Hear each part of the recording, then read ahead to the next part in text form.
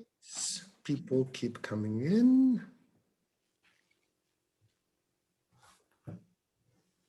It's very funny because it's like a slot machine. You keep getting participants once you open the event. Right, yeah, of course.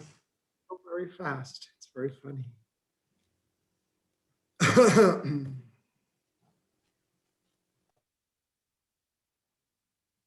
Oh, I got a mail about a couple of months ago from the university at Queen Mary about this PhD, and I got in touch with the person, and I think we solved everything. So, when Martina and you are ready, I am at your disposal. I should have said that.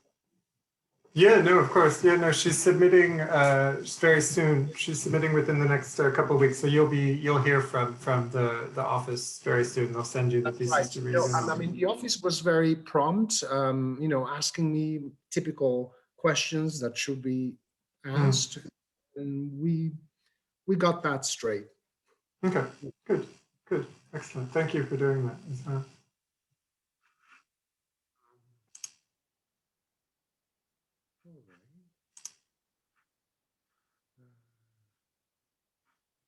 Καλησπέρα σας.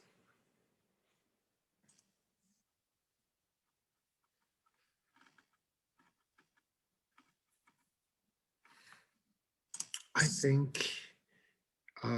we can wait a couple more minutes. Yeah, of course.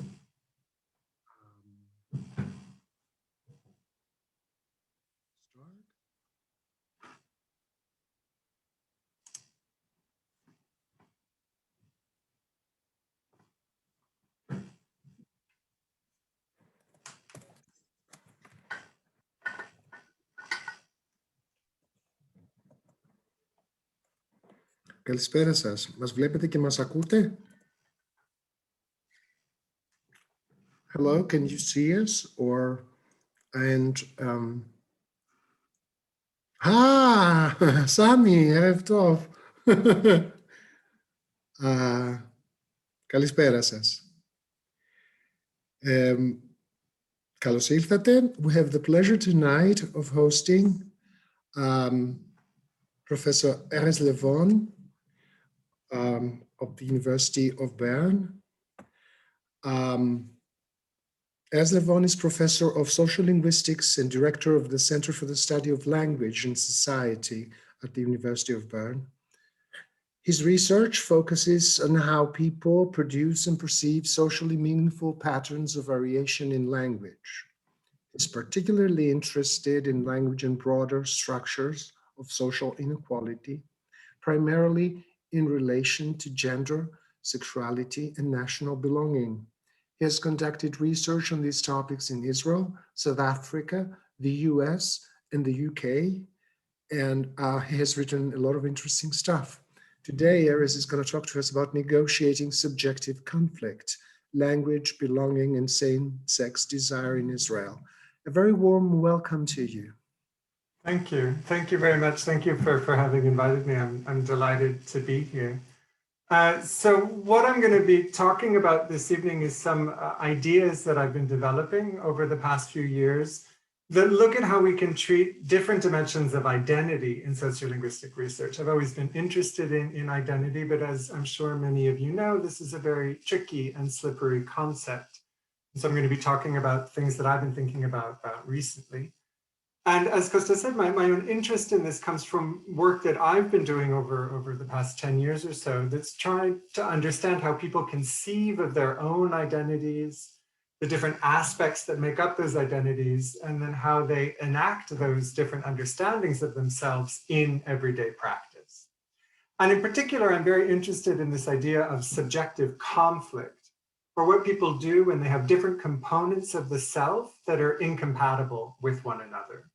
And I think that identity conflict hasn't received the attention that it deserves, at least not within sociolinguistics or sociocultural linguistics.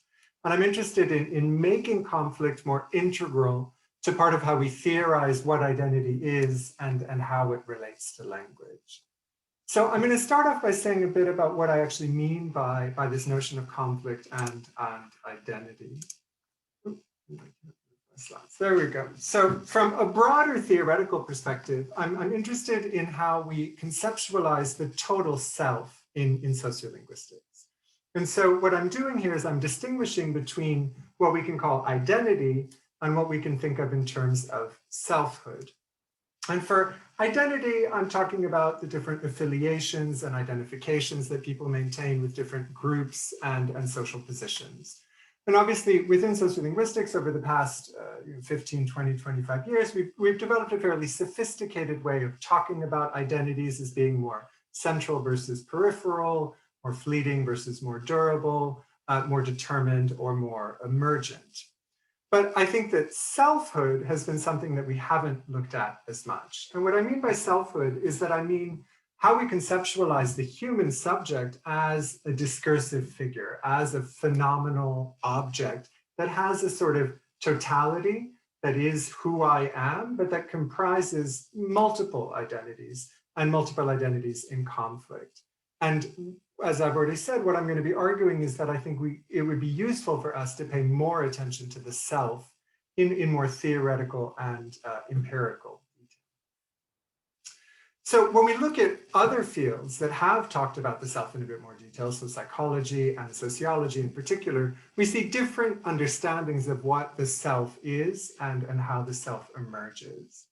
And I think probably the most common and the most widely spread, widely known of these different conceptualizations is what Stuart Hall called the sociological model of the self, or the sociological self. And this was the notion of selfhood that we also find in work by people like William James, George Herbert Mead, and it underpins things like social identity theory.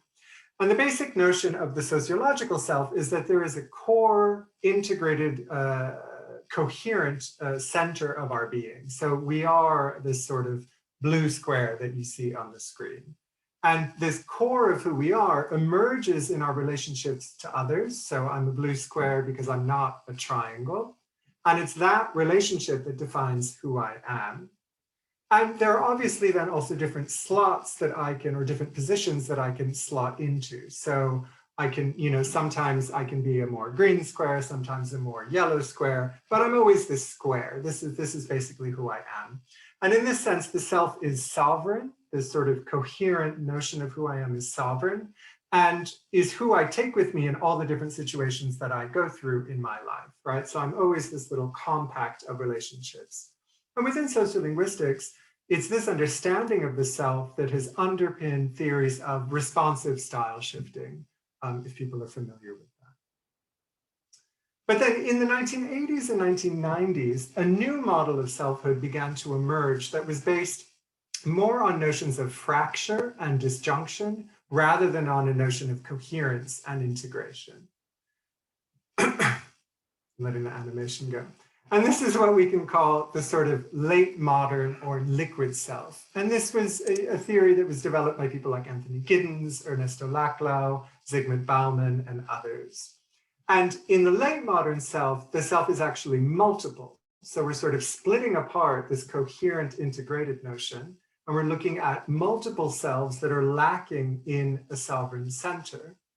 We still have a notion of relationality, but that relationality, this, I am who I am because I am not you, is instead conceived of as emerging within specific contextual or specific context. So it's a dialectic process that emerges in a context. And this notion of the late modern self has underpinned, at least within sociolinguistics, a move from a more static understanding, say, of responsive style shifting to theories of speaker design and voicing. And the late modern self has been very important because it's highlighted the dynamic and agentive work that individuals do as we move through different contexts and different chronotopes in our lives. But it's also been criticized for having lost a sight of broader systemic considerations, as well as of the more durable aspects of the self. So if in a very strong conceptualization of the late modern self, everything happens within the moment, how do we model the fact that who I am in this moment is still in some way related to who I am in the next moment, right? So we've got a sociological self that's a bit too static, a late modern self that's maybe a bit too dynamic, and I would argue that if we're interested in subjective conflict, this is actually something that neither of these models of the self can really handle. So recently, work in psychology has attempted to bridge between these two traditions, between a sociological and a late modern self, developing a theory of what's come to be called the dialogical self. And what dialogical self theory does is it contracts the temporal differentiation that you find in theories of late modern selfhood. So who I am in this particular moment, who I am in this particular moment. It moves them from a horizontal distribution into a spatial, on almost vertical distribution.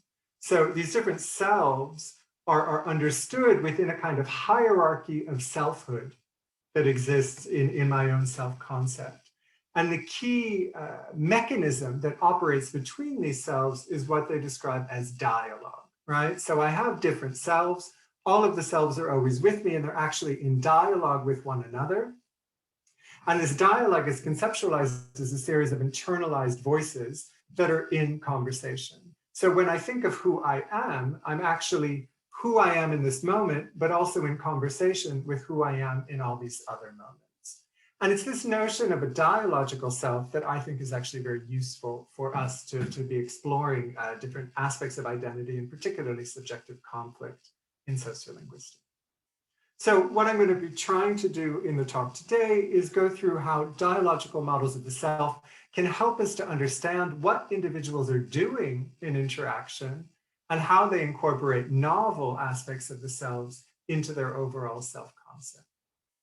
So just to give you a very brief outline, I'm going to briefly go through a description of dialogical self theory, and particularly this key construct that they have, which is described as the multidimensional position repertoire, and the different processes and principles that govern the ways in which these position repertoires are structured. And then I'm going to give you two examples of negotiating subjective conflict and apply these principles from dialogical self theory to them.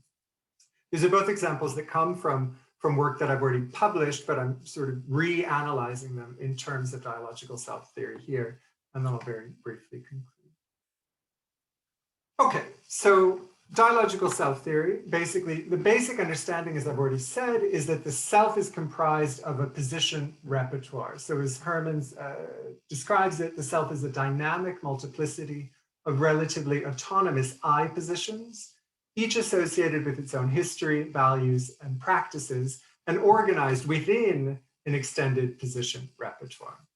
So the central concept, the central construct of the theory is this notion of an I position. And this is just basically any location that the self can inhabit, right? And these positions are endowed with voices so that they can communicate with other I positions that exist. And there are different kinds, there's a whole taxonomy of different types of I positions that one can have. I'm not going to go through all of them, but let me just mention three that will be important for the discussion here. One is what's called a core position. So this is a dominant position, and it's one that in a sense helps govern the functioning of all the other positions. Another is called a meta position, and this is a superordinate position that arises by generalizing over multiple I positions. And then finally, and very importantly for what I'll be talking about, there's also this concept of a third position, which is a position that emerges to mediate in cases of conflict between two existing I positions. So you have this notion that you have multiple I positions, they're in conversation with one another, and they're constantly sort of shifting about in their topographical and hierarchical ordering, right? And you can have new positions emerging in particular kinds of contexts. And these new positions emerge via certain processes. So there are two basic processes, excuse me, that are described, social positioning and reflexive positioning. So social positioning are contexts where new positions within the position repertoire emerge as a result of some kind of external change. So you migrate somewhere new, there is social change in the society that causes some kind of new position to emerge. But then you can also have reflexive positioning, which is a position that emerges by virtue of its own interaction within the position repertoire. So if a new self-identification or a new identity emerges within your self-concept, then this would be considered a reflexive positioning. Now, both social positioning and reflexive positioning participate in two primary processes, what are called centering processes and decentering processes. And while I'm putting a lot of language on the slide, I won't actually go into all of that detail because all of these taxonomies start to become a bit too much. But essentially, centering processes are those which move towards integration and coherence, and decentering processes are those which encourage innovation and dispersion, right? And so again, the idea is you've got all these different positions in dialogue with one another in your position repertoire, and you have opposing forces where at times you're both trying to bring all these positions together so they make coherent sense, but at other times you're actually trying to push them apart to allow new positions to emerge and to allow conflict to reside. And it's this dynamic interplay between centering and decentering that I think is particularly useful if we're interested in subjective conflict. Okay, so the questions that I'm going to be asking is, this is a nice theory that's been developed within psychology. How can we actually apply it to people and interaction, to ethnographic observation and analysis of language in interaction? And I'm going to be looking at this, as I've already said, in relation to conflicted identifications and how people manage conflict. And I'm going to be looking at a very particular kind of conflict situation, which is a conflict between sexuality, so a self-concept or an I position that's linked to sexual identity or sexuality, and one that's linked to national and religious belonging. So how do people manage conflicts between their sexuality and their national or religious belonging? And when we look at the literature on this particular conflict, sort of sexuality and nation or sexuality and religion, there's actually not a huge amount of work on this topic, at least not from within the social sciences. The work that does exist tends to come from sociology and social psychology, and there scholars have identified three main strategies that individuals have for handling a perceived incompatibility between belonging and sexuality. The first is what has been described as harmonious incorporation. So essentially, when you have a potential threat between your sexuality and, say, a religious community, then what you can do is you can reevaluate what affiliation with that community means so as to make them compatible. So if, for example, you're a gay Christian, you can reimagine what it means to be Christian such that gay and Christian are no longer in conflict. And this has been described as harmonious incorporation. Another strategy that's obviously available is disidentification with one of these affiliations. So again, if you're a gay Christian, you can decide that these are two in conflict, and so you're going to reject one of these affiliations so as to have a more coherent self-concept in a sense.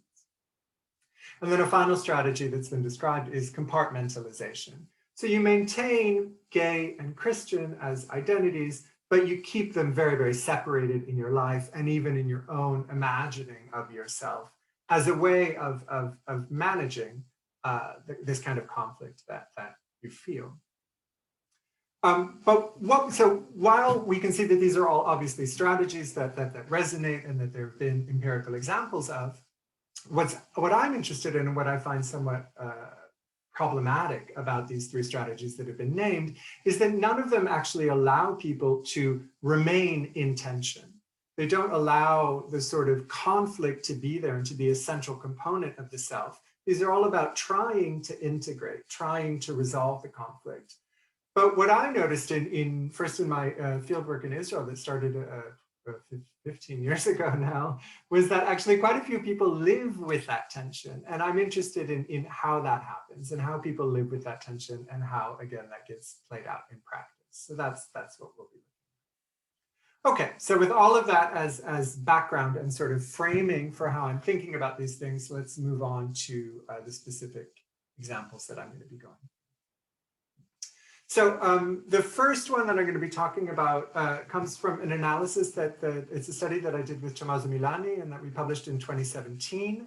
And it was analysis of a documentary film called The Invisible Men, which is a film about gay Palestinians from the occupied territories, but who live as undocumented migrants within the borders of the state of Israel.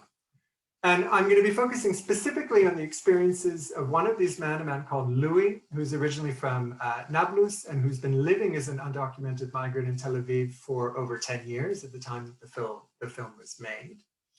The issue, the conflict that he experiences is he feels unable to return to Nablus out of fear for his safety. He doesn't feel like he would be safe within the society in Nablus. But he's also subject to frequent arrest and deportation within Tel Aviv, since he is an undocumented migrant.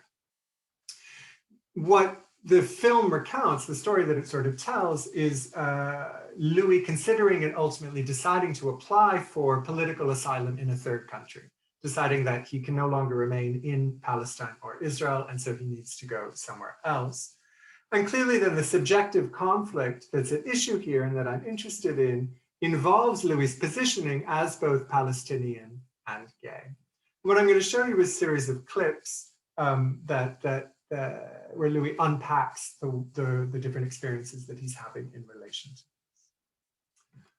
Okay, so this first clip that you're going to see happens in the film immediately after Louis has submitted his asylum application. So he's just applied for asylum somewhere else, and he's attending a queer Palestinian party. So these are parties that take place underground in southern Tel Aviv. And he's describing what it feels like to be at this party. And hopefully the sound will work. It did a moment. Okay, so what I think is going on in this short clip is essentially an affirmation of belonging, or to put it in terms of dialogical self theory, the sort of positioning of Louis within what he describes as my culture and my land. So what he's doing here is he is appropriating a core I position that's aiming to consolidate his belonging in a particular place, right? So he's voicing an I that establishes him within this land, my country, my land. What he describes as here, though he never really defines exactly what that here means. Okay, this sort of issue of this core I position as being located within this place then becomes more problematic in the next clip, where Louis finds out that his application for asylum abroad has been granted. It's been successful. And this is how. Okay, so what's happened is that this sort of core position that Louis is trying to appropriate has now been panicked and troubled by him being granted asylum, having the possibility of leaving. And so what we have emerging is a problem. And what's interesting in this clip for me is the ways in which Louis is trying to discursively renegotiate what counts as Israel as a geopolitical space, what this here that he belongs to is. So he keeps using terms such as Ba'aretz, which is a very loaded term in the Israeli context. It translates as in Israel, but really means in the land. And it has a long history within sort of a Zionist discourse about a sort of rooting within a particular land. And Louis is certainly appropriating that with himself. And what he's also doing is he's positioning himself in dialogue with various imagined external positions, people like Ethiopian and Thai guest workers who have a right to live and work in Israel, whereas he does not, even though he says that he was born in Israel. Technically, according to the laws of Israel, he was not born in Israel, he was born in the occupied territories. And this is the discursive renegotiation that he's trying to effect here. Okay, the next clip then, this is again, Louis reflecting on the life that he has and the community memberships that he has. Okay, so in the first clip, we had Louis essentially working to anchor himself within the space of Israel. The second clip, then, he's negotiating what counts as the space of Israel, right, and establishing this relationship with others. And this establishment of a relationship with others then continues in this third clip, where here the relationship is in relation to the Israeli-Palestinian community. And what's really emerging here is this calcification of an us-them contrast, a feeling of being unable to belong within the community that at least the state of Israel thinks that he belongs to. And what he's doing in what he's saying is responding to counterposition. So he's voicing Palestinian views on him and this feeling of being excluded. And within dialogical self theory, that would be described as others within the self that are also then become these kinds of positions that enter into dialogue. Okay, and then in the last clip that I want to show you, this is now once he has left Israel-Palestine, he's gone to a third country on asylum, and the filmmaker, the documentary filmmaker, has gone to visit him. Okay, so in this final clip, we obviously have Louis reacting to the fact that he's no longer within Israel-Palestine, no longer within this land, which is where he was trying to anchor himself before. And nevertheless, we get this authentication and reaffirmation of what it means to belong, right? So I know this place better than anybody else. Look at these, you know, Arabs in Jaffa who, according again to the state of Israel, do have the right to be there. And he's saying, but I know it better than them. So once again, this sort of discursive negotiation of belonging. So if we take all of these together, what we have is a sort of affirmation of belonging here, a negotiation of what that here, what Israel refers to, an establishment of an emotional us-them contrast, and then an authentication of Israeliness. And it's in using these distinct interactional moments that I believe that what Louis is doing and what dialogical self theory helps us to unpack is he's asserting an Israeli identification as a third position, right? So he's constructing himself as Israeli as a way of getting around the conflict, mediating the conflict between the subjectivity as Palestinian and a subjectivity as gay. Now, clearly, this assertion of an Israeli identification is blocked by the structural and material conditions of Israel-Palestine that limit his agency in doing these things. But nevertheless, I think that dialogical self-theory provides us with a neat, unified framework for interpreting Louis' practice and for the various subjective motivations that underpin. Okay, so I'm going to turn to a second example now, and this one will be somewhat briefer because I realize time is ticking. This comes from a reanalysis of work that I originally published in a piece in 2016 called Conflicted Selves. And in this piece, what I'm looking at is I'm looking at a man named Yigal, who's at the time when I interviewed him in 2005 was in his mid-40s, from Jerusalem. Yigal was raised in an Orthodox Mizrahi Jewish family and lives a normative Orthodox Jewish life. So he's married, had been for over 20 years, has 2 children, observes Orthodox Jewish rituals and practices, but at the same time has sexual and romantic relationships with other men and had done for the past 10 years. So I only met Yigal once in this interview that I had with him. We had this interview in a cafe. It was part of when I was in Israel doing a longer-term ethnography on sexuality in Israel, and I'd hoped to get access to a larger group of Orthodox Jews who also engage in same-sex practice, but for various reasons that was a difficult thing to do, and I'm happy to talk about that more if people have questions about that.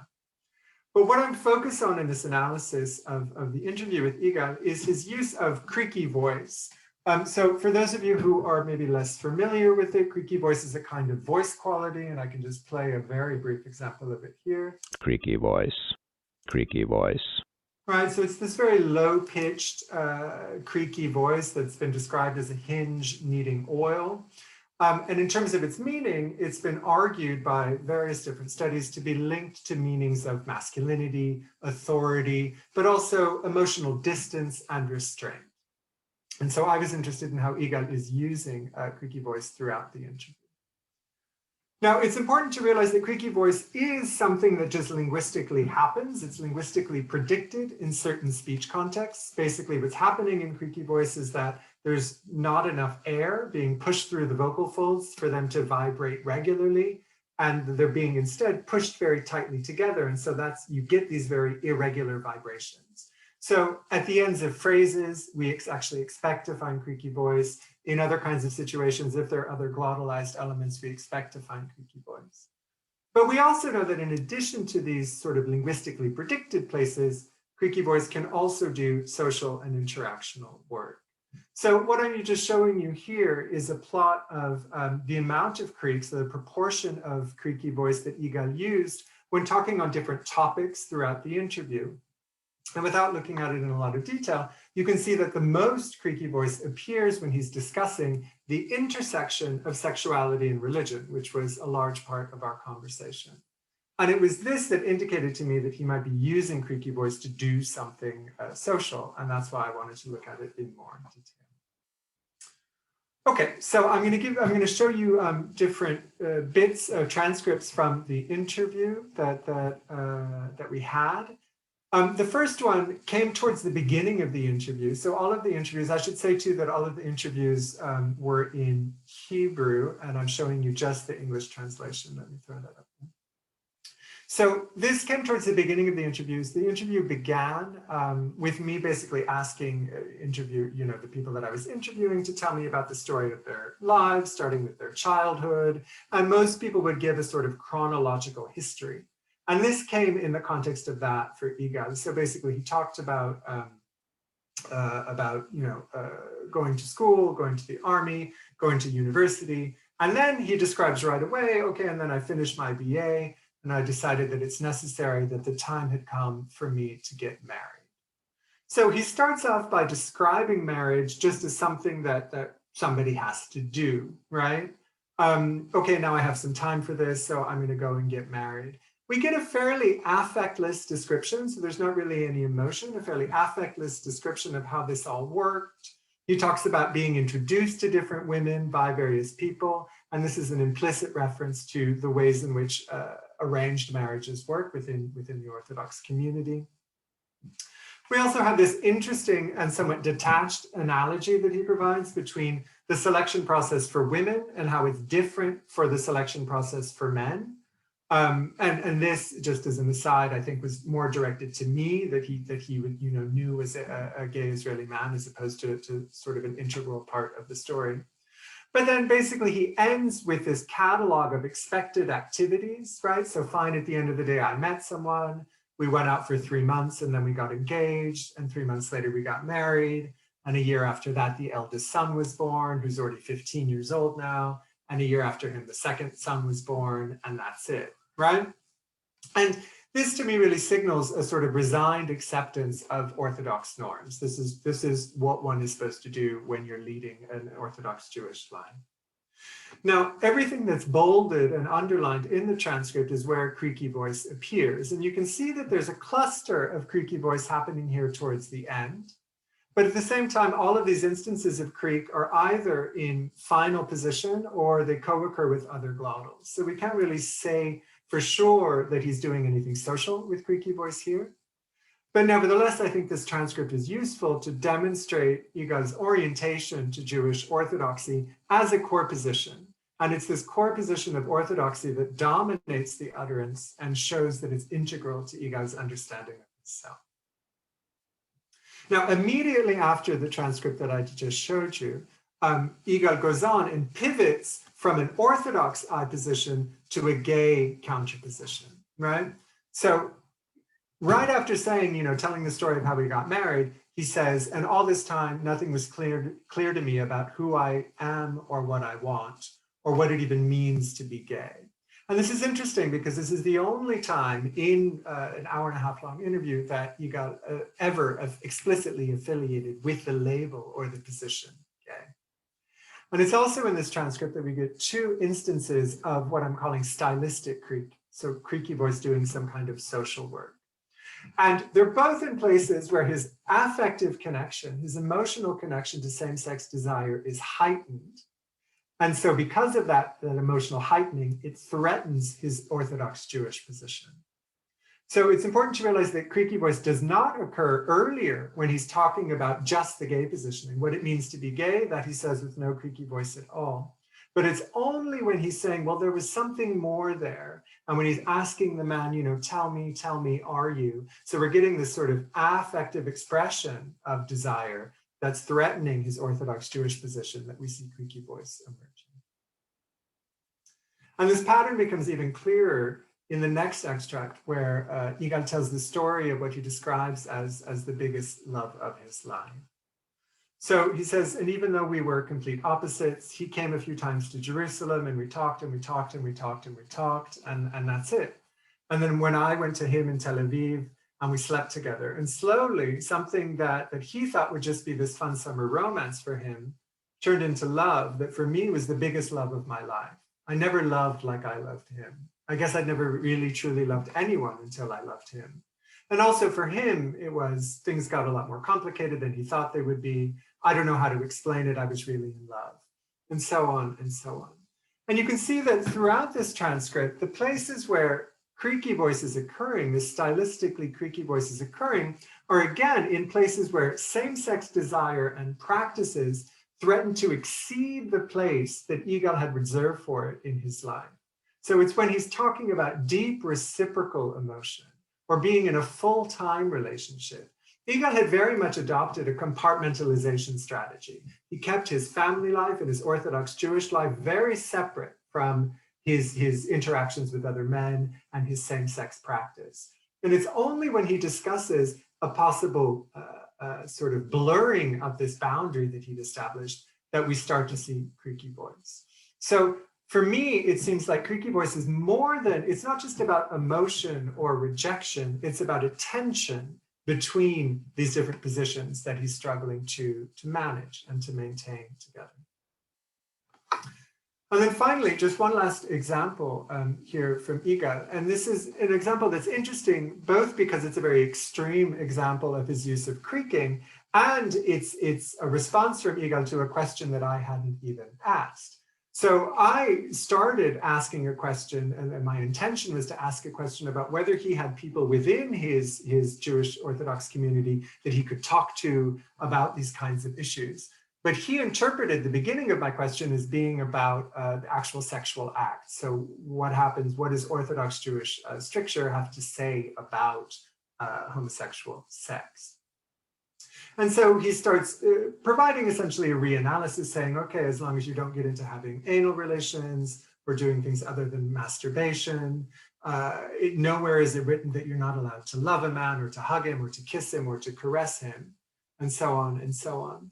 And we see that here again, creaky voice is appearing where when what Yigal is doing is offering a reanalysis of religious prescription and a reanalysis of normative Orthodox beliefs. It's true that nowhere in the Old Testament, at least, does it say that you're not allowed, that a man is not allowed to love a man or to hug him or to kiss him or to caress him, but that's clearly the interpretation of the Bible that has existed for however many thousands of years. So when he's reanalyzing what it means to be Orthodox Jewish and putting that in engagement and conversation with his same-sex desire, that's when we get creaky voice. So once again, we're getting creaky voice when there's a materialization of a tension between these two positions and these two worldviews. So my original analysis of this in my 2016 paper was that Yigal is using creaky voice as a way to suppress or contain his affect, right? It's a way to discursively contain this identification with same-sex desire and relegate it to a hierarchically lower position within his own self-concept. And I think that that analysis still holds, but I think that dialogical self theory provides a more elegant way to describe it, actually, and actually the mechanisms that account for this process. So what I think is happening is that through creaky voice, Yigal is essentially voicing an interactive meta-position whose purpose is to promote and integrate the positions related to Orthodox Judaism and to distance himself from the gay position, which can be described as a shadow position, right? So creaky voice is helping him manage the structure of his position repertoire. And in this sense, creak is a tool for organizing his self-concept. Okay, so to try and sum up the two examples that I've gone through fairly briefly, I think that in both for Louis and for Yigal, the practice that we can observe results from a negotiation of multiple I positions. This negotiation involves different kinds of centering processes. So for Louis, we get an attempted integration via a third position of Israeli to mediate between Palestinian and gay. Whereas for Yigal, we get an organization of his position repertoire via the establishment of a meta-position that helps to mediate this sort of relation of dominance or create a relation of dominance between Orthodox Judaism and same-sex desire and practice. And I think that dialogical models of the self, like dialogical self theory, provide us with a set of conceptual tools for understanding these processes and for extending our analytical gaze beyond the immediate interactional moment to help us understand what is the thread that connects the different clips, for example, that I showed you of Louis, or the different moments in the interview that I had with Egon. How do these all make sense with one another? I think that these tools of dialogical self theory or dialogical models of the self are particularly important for capturing the interrelations between an individual's inner selves and the ways in which these different selves together inform social practice. And I also think that sociolinguistics, by looking at this kind of in the moment, moment-to-moment interactional detail, has a lot to contribute itself to theories that are developed within psychology and other fields about how selves are managed and selves come about. And that is it. Thank you very much.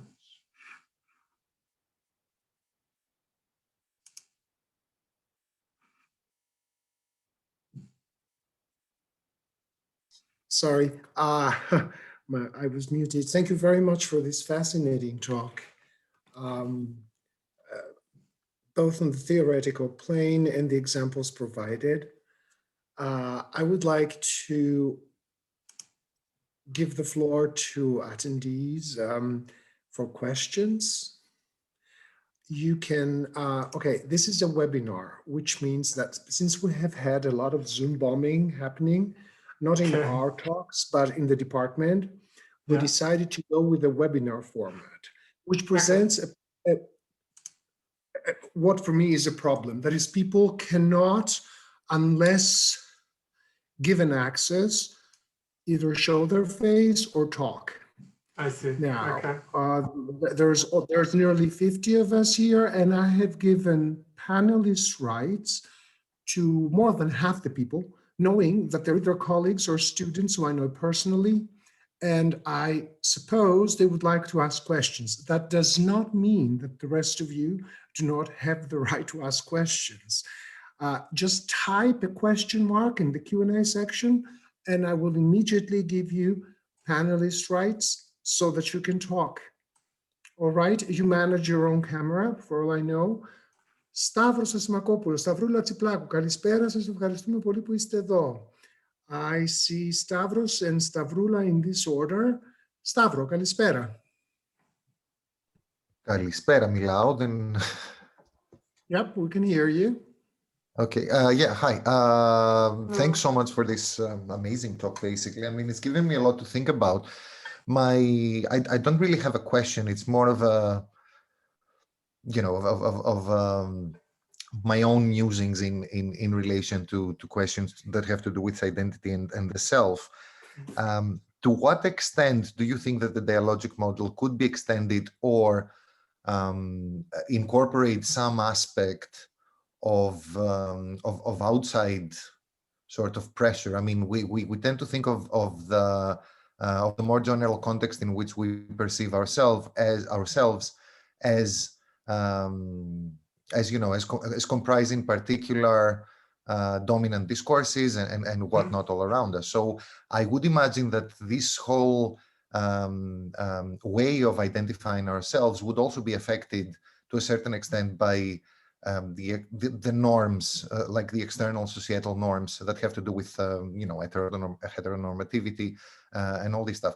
And I think that this actually can be very smoothly applied in this case, in the sense that you can combine this type of research with some sort of not evaluation, but some sort of examination of the societal context in which this takes place. Because I can easily imagine that in a culture other than the one that you have been focusing on, perhaps the whole process would be completely different, because you have a different social background, right? You don't have a prejudice against homosexuality and all this stuff. So thanks so much. This has been really eye-opening.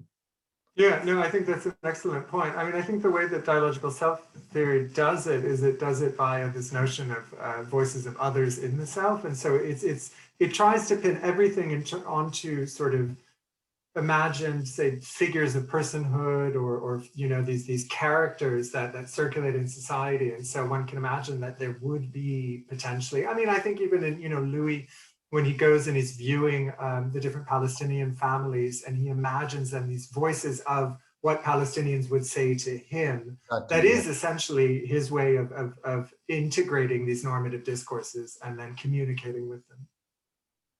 Yeah, absolutely. I think Point. this would be a really nice, not add-on, but you know, essentially it's building up, you know, in a way, a profile that goes beyond the self and sort of looks at the community as well. And this is just, you know, fascinating. And thanks for pointing out. I might ask you for the slides to get some information on literature and whatnot. But thanks so much. Yeah, cheers. Definitely. Thank you. Thank you, Stavro. Stavroulam, you have the floor. Hi, good evening, and thank you very much for a fascinating talk. Lots to think about here, lots of food for thought. Stavros, who is my namesake almost, has a knack for asking my questions before I do. So I really want to pick up on what Stavros, we tend to do that.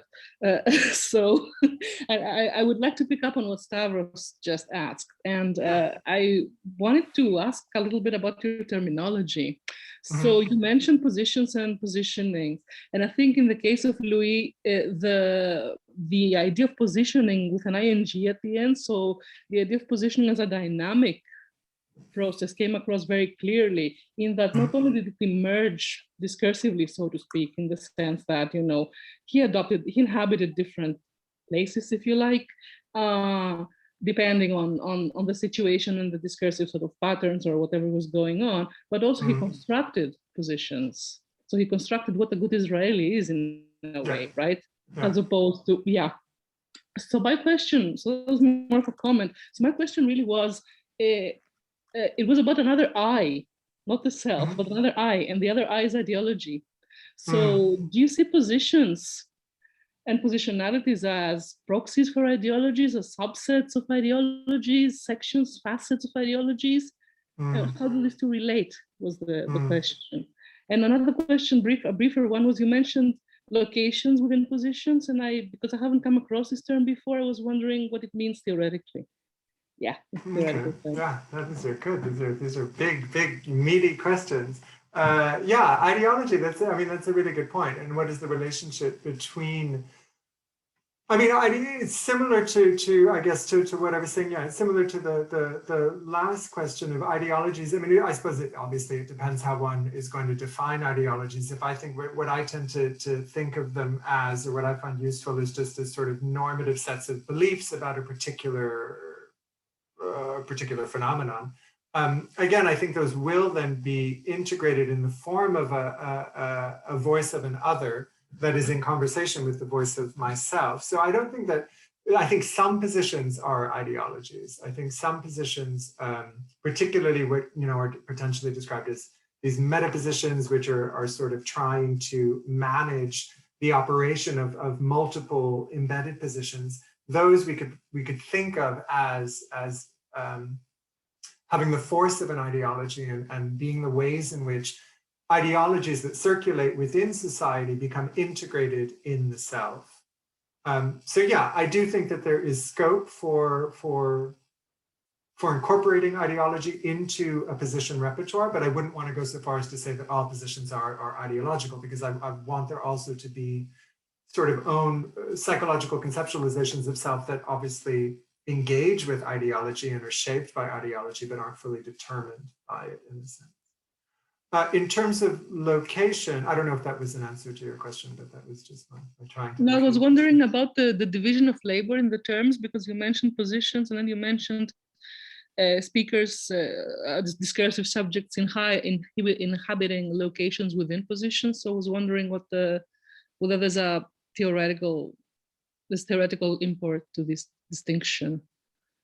So I don't know. Yeah, I was perhaps misspeaking when I said that discursive sort of subjects inhabiting locations within positions. It's more what I was trying to get at is that positions are themselves hierarchically and topographically organized. So positions are located within the position repertoire. And for example, what I think that Yigal is trying to do over the course of the The interview is to manage the overall structure of that position repertoire. So it's not that there are sort of sublocations under positions, but it's that the positions have particular geographical and spatial locations with respect to one another.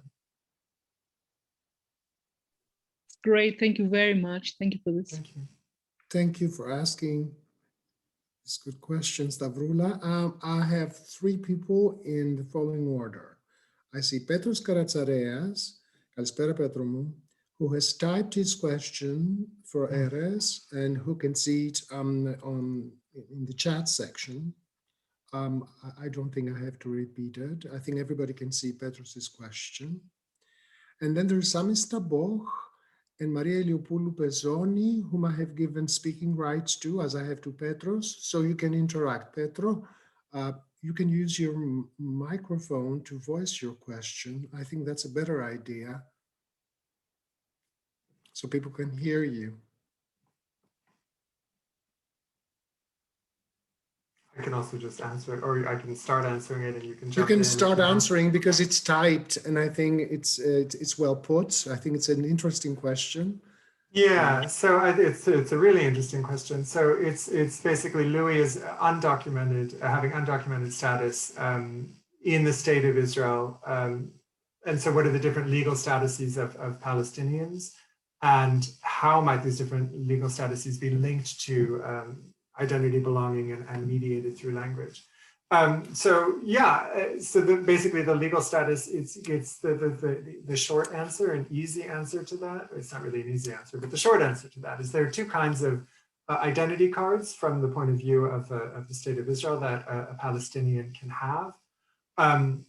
You can either have a card that, a blue identity card, like any Jewish Israeli citizen, which means that you're what gets called a Palestinian citizen of Israel. So a citizen that technically is, at least in theory, supposed to have equality of rights with all citizens of Israel.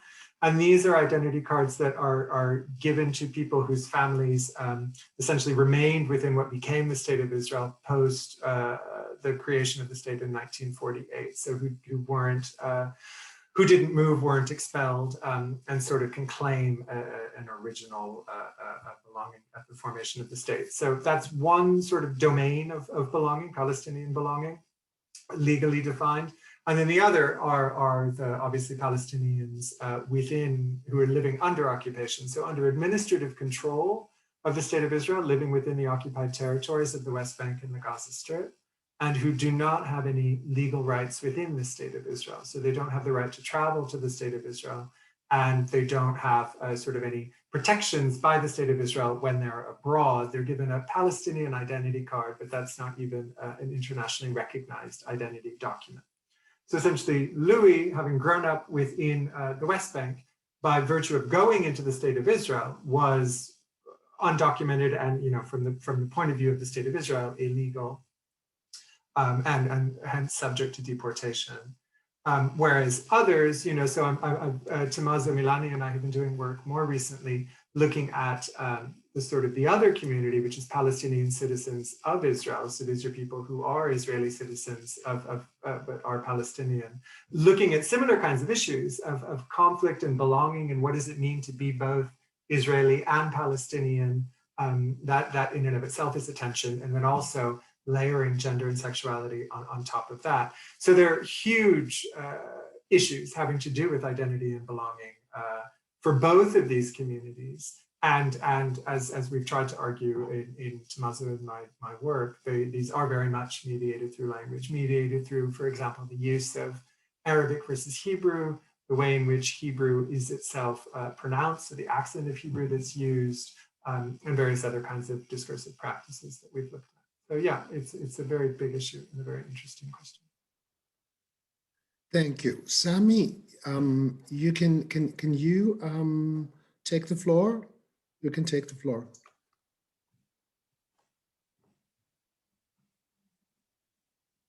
Sami, ανοίγεις το μικρόφωνο σου απλώς. Yep. Hello, Sami μου. Thank you so much. I'm no linguist.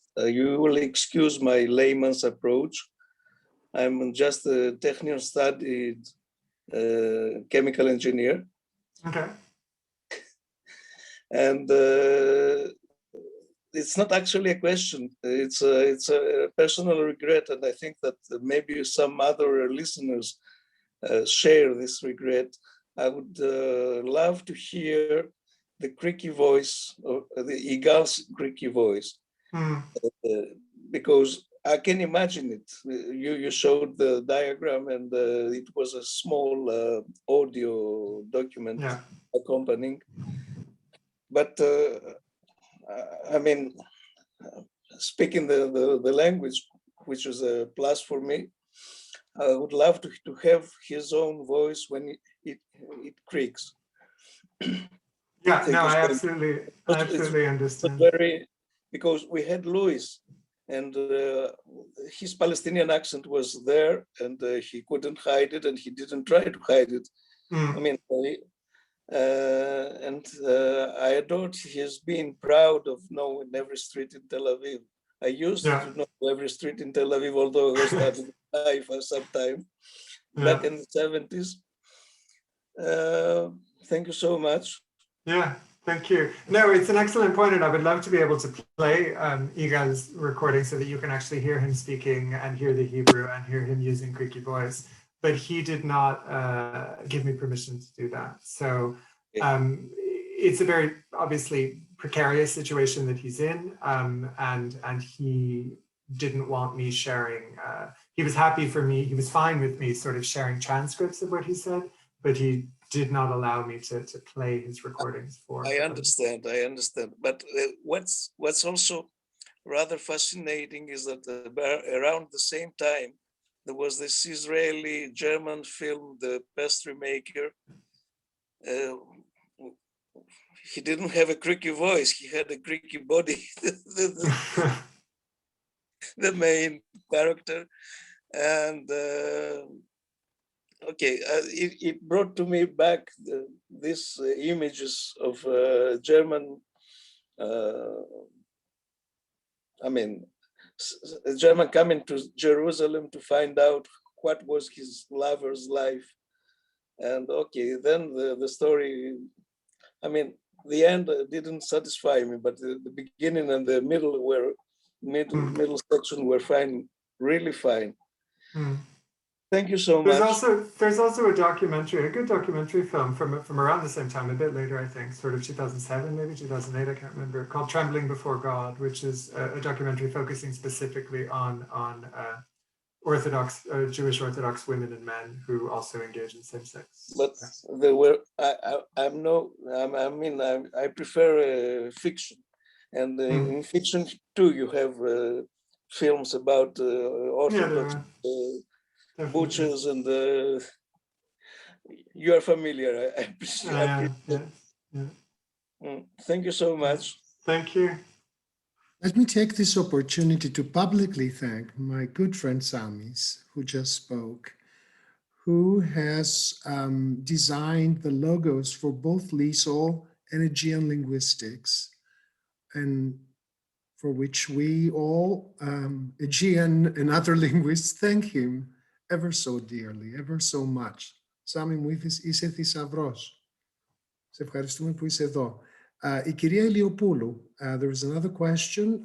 The last question I have recorded, anybody wanting to ask, comes from Maria Ηλιοπούλου Pezzoni, correct? Καλησπέρα σας. Yes, hello, can you hear me? Yes. A bit louder if you can, if you may. Yes, I can. I'm a student actually in the University of Peloponnese in the Department of Linguistics, and in the sociolinguistic lecture we learned that it's very difficult to make the man or the woman you have in front of you to speak. So in that really sensitive topic for a person's life, how did you approach him? How you approach that sensitive topic? Thank you.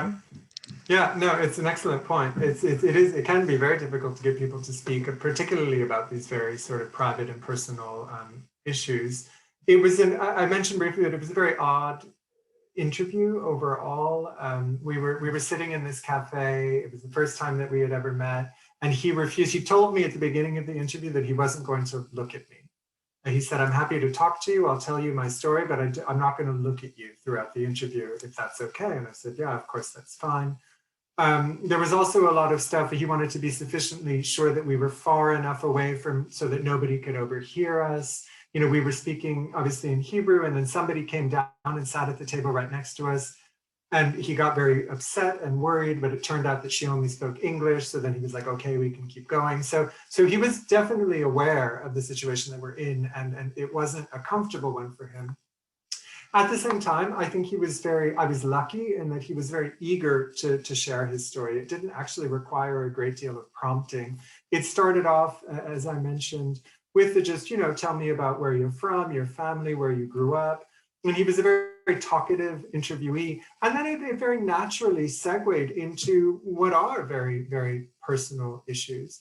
But I think in that context, I was just, I was lucky that he was happy to go there. He felt comfortable explaining these things to me.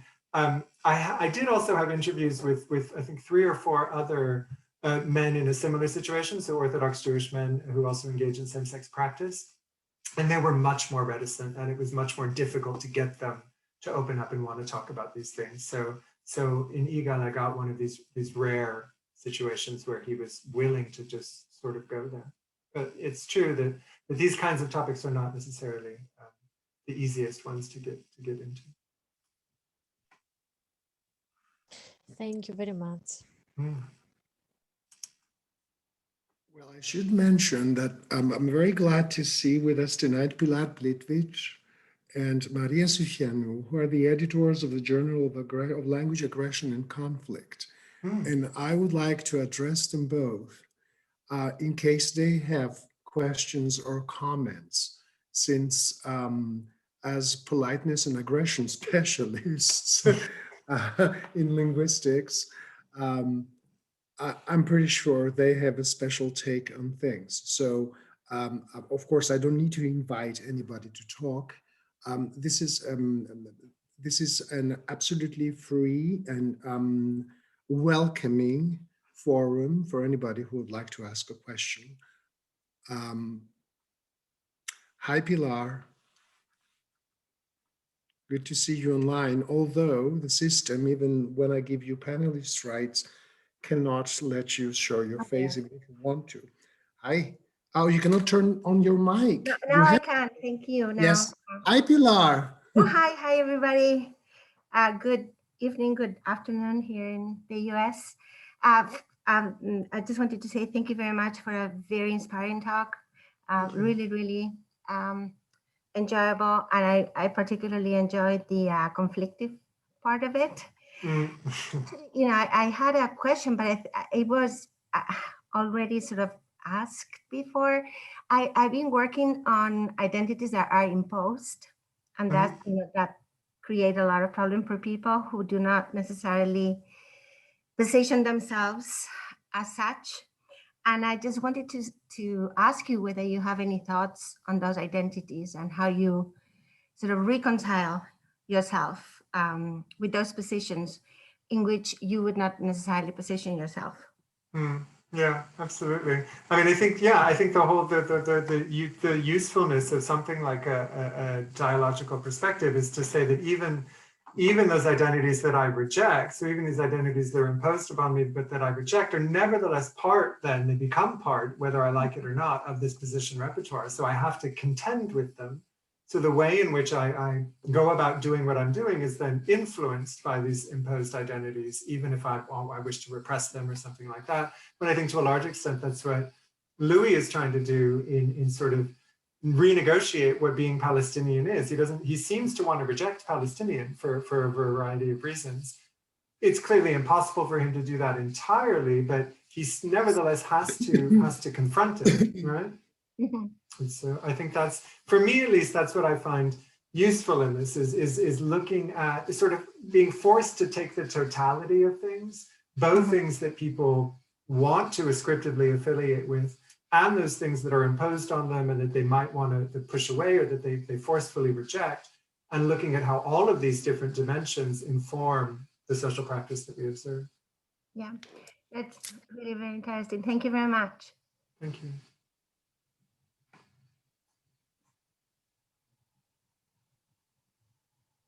I think we would have time for one. Oh, Christopher Lees.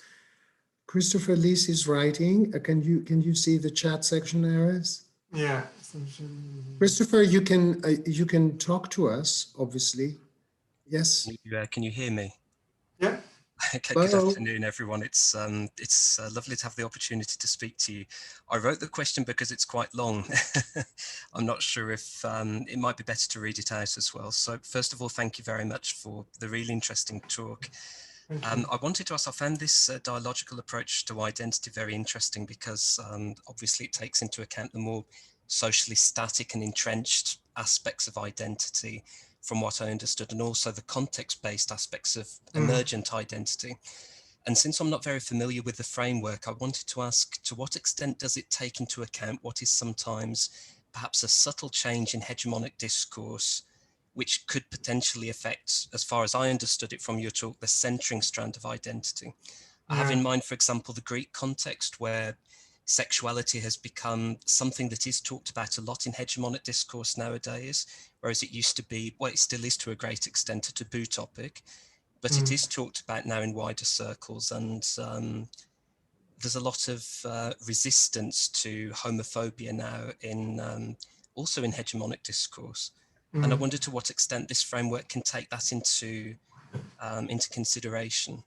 I hope that the question makes sense. Yeah, no, it definitely does, and I think it tries to. From what I know and the work that I've read, I mean, it's true that the majority of the work in DST that I've looked at has been, also because it's mainly psychologists who've been trying to elaborate this framework, has looked more at chronological change over an individual's lifespan, so the kinds of positions that emerge in different points in one's life as a result either of migration or these other kinds of movements. But it does talk about the ability for new positions to emerge as a result of social change. So one can imagine that some kind of subtle change in the surrounding society may then either allow new positions to emerge within the self or new voices of others to come into the self, be integrated in the self, such that you can establish a new kind of conversational interaction. But I think it's true. I mean, I think it's a very interesting point that you're getting onto, but I think it's true that it's not something that dialogical self theorists themselves have spent a lot of time looking at, but I think it's a very good point. Thank you very much. And thank you once again for the very interesting talk. Thank you.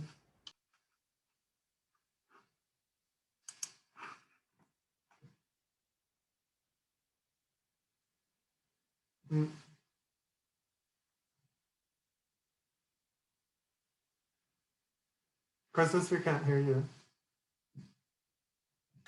I'm sorry, I was saying that this was a really good question. I think it got us kind of back to the beginning, to a very well presented theoretical part, which I found fascinating for a number of reasons. I want to raise 2 points. The first is a comment. I think the first part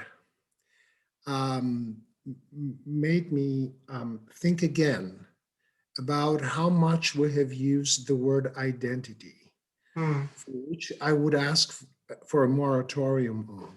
Yeah. Since, I mean, enough is enough.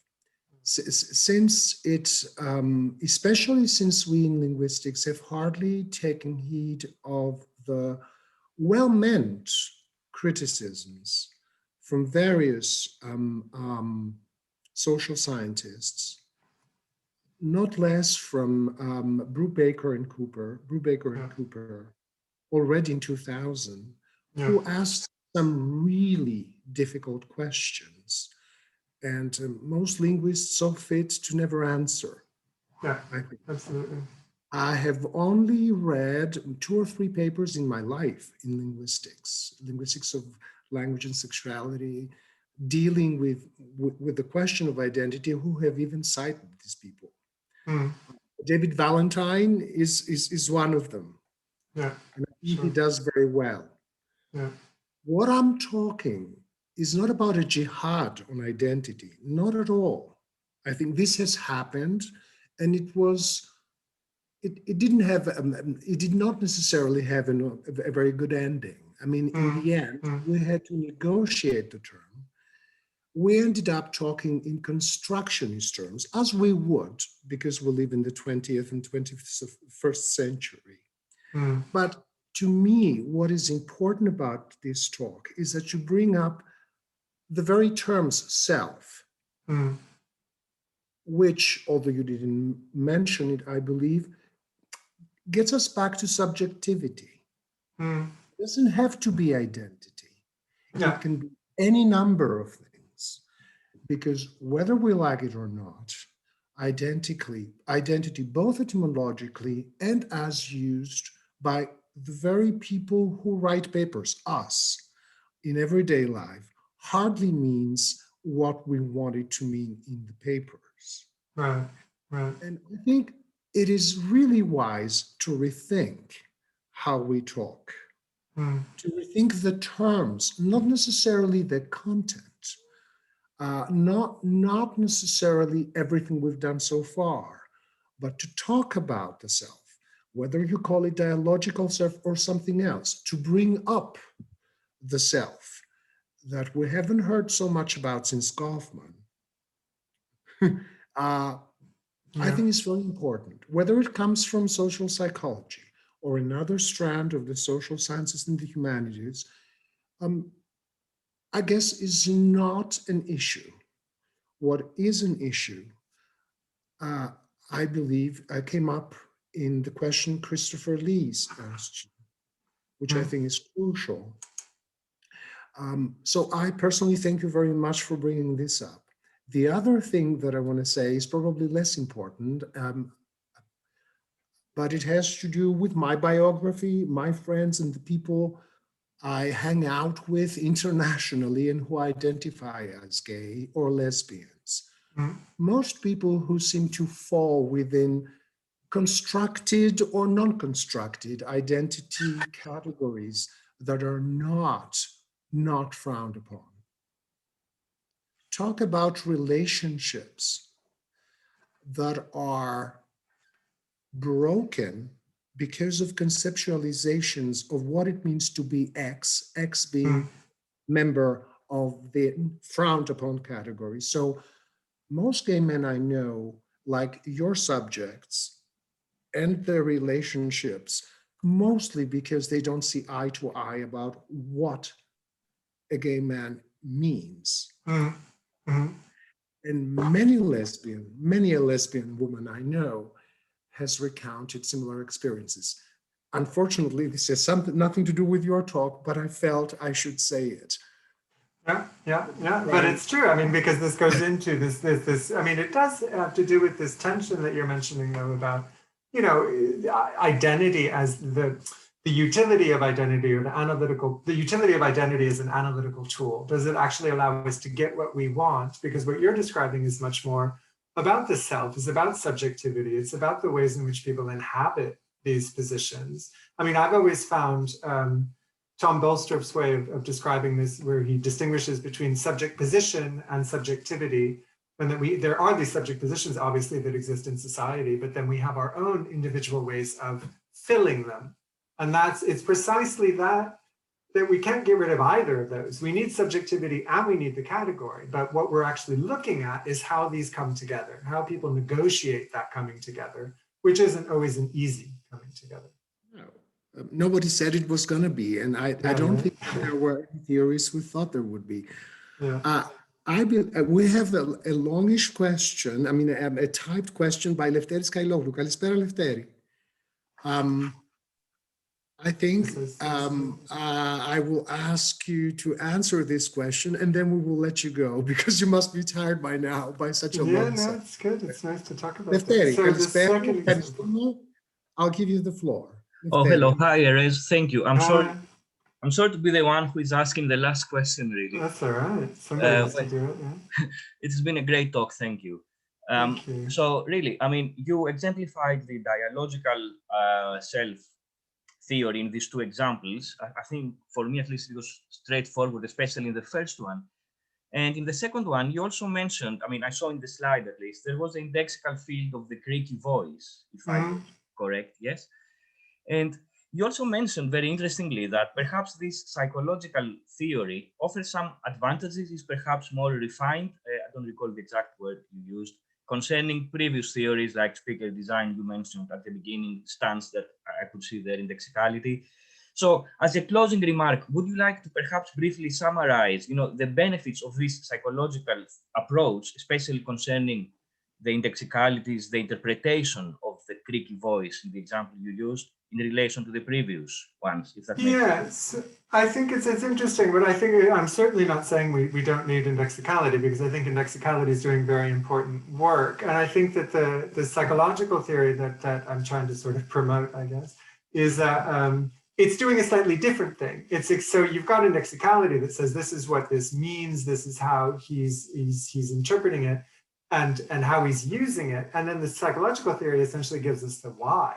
Why is he doing this? What's the point of indexing suppressed or contained affect? And that's where I think that this idea of trying to organize the position repertoire becomes an interesting way of understanding the practice, understanding the motivation underlying the practice. That's really what it is.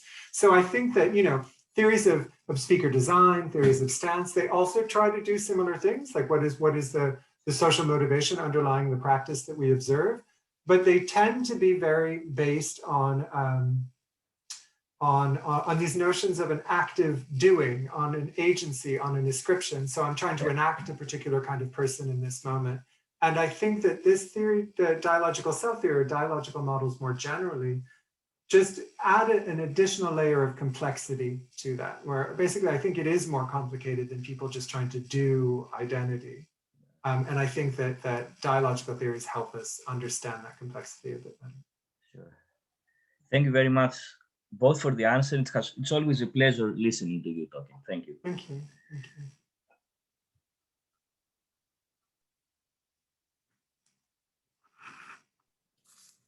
It has been a pleasure having you with us, Erez. It's been a pleasure to be here. Thank you very much for all the questions. I'll run check out whether I can watch the films online. I haven't seen either of them. Yeah, they should be available. They were available in the past, so you should be able to.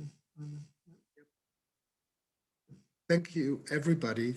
Thank you all for very, very interesting questions. And to Erez for a lovely evening spent online. Yes, thank you. Thank you. Hopefully we can do it again in person at some point soon, right? I hope to have you back at some point. You have that would be great. An open invitation. It was a pleasure and an honor. Thank you. Thanks very much. Thanks very much, everybody. Bye. Take care. Thank you. Take care.